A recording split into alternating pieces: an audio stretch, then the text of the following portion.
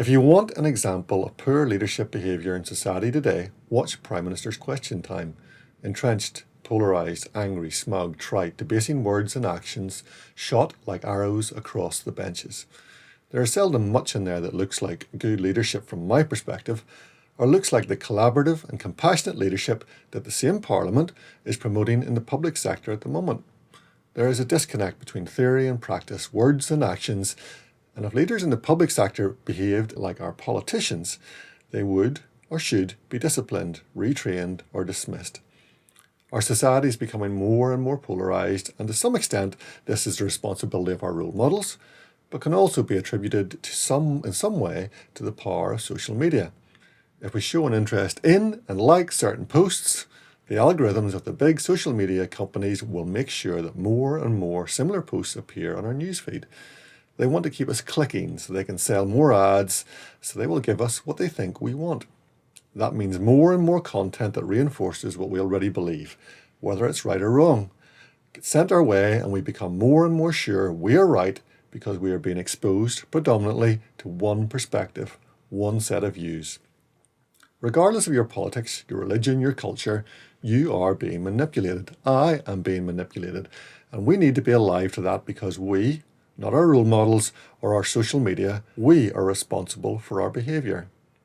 If you cannot argue cogently for an opinion that is at odds with your own, no matter how uncomfortable that might make you feel, then you haven't taken the time to fully understand the merits of that opinion.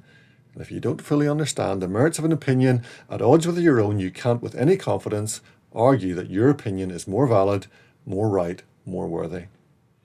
In leadership development programs, one of the key skills we look to develop is enabling the leader to see and understand other perspectives and views, a skill which will ultimately define their leadership. I was at an event recently when the speaker challenged the audience to be more interested than interesting. That is, to actively listen to people they are talking to rather than looking for an opportunity to jump in and tell the other person what they know and how wonderful they are. Abraham Lincoln is quoted as saying, "I don't like that person, I must get to know them." Who are the people and what are the viewpoints that you don't like, the people and viewpoints you need to get to know better? How you engage with these will define you as an influencer or leader in your family, your community, or your work. You are a leader in some capacity, whoever you are, and what kind of leader do you choose to be? Are you a leader who is manipulated by or manipulates social media or discussions to shout over the top of others, taking the easy option and belittling, demonizing, and stereotyping other human beings who have different views to your own?